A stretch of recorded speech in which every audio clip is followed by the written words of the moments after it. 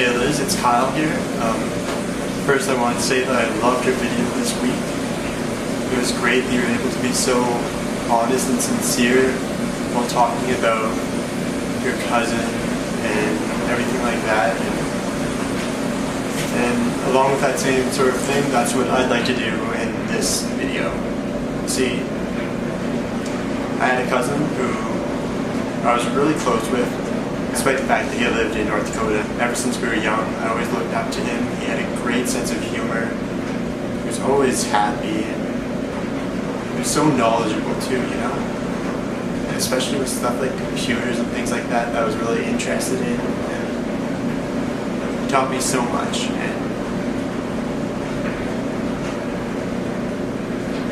hanging out with him was always fun. Even if we had nothing better to do than like watch South Park together, you know? Or growing up, you used to say you wanted to go into this one agriculture program at a university here in Canada. So he ended up going there, but shortly after he dropped out, sort of went out the furthest west you can in Canada, and I guess got into some trouble with things like drugs and things like that. Anyway, even after that, he ended up going back home, going to university locally and everything, but it was almost a year ago now. He was just 20 years old, and one morning his mother discovered him on his bed, and she tried waking him up, but he didn't wake up.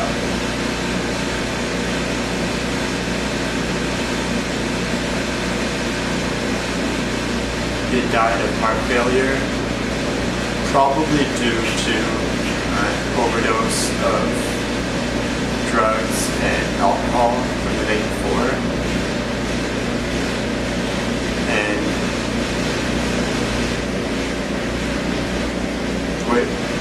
in the morning that I learned this was just messed up.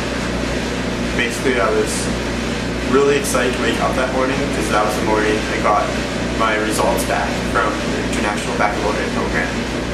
So I got up in the morning, logged onto the internet, found my results, looked at them, I was thrilled with how well I had done, and I was just about to go downstairs, tell my parents, hey, guess what, I've done so well.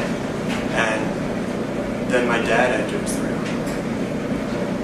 And he just was sort of looking at the ground, said some small talk or something like that, and then just out of the blue he said, "Your cousin's dead."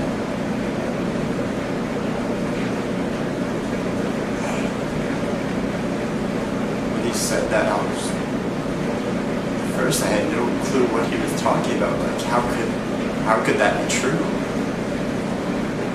And then it just sort of sunk in, and after my dad said that, he just sort of left the room. I was just staring at my computer, staring at the results that I was so happy to have gotten.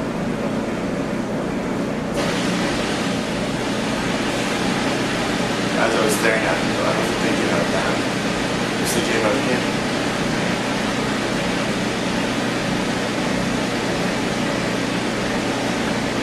It was just such an unreal feeling to go from such a high to feeling like absolute crap.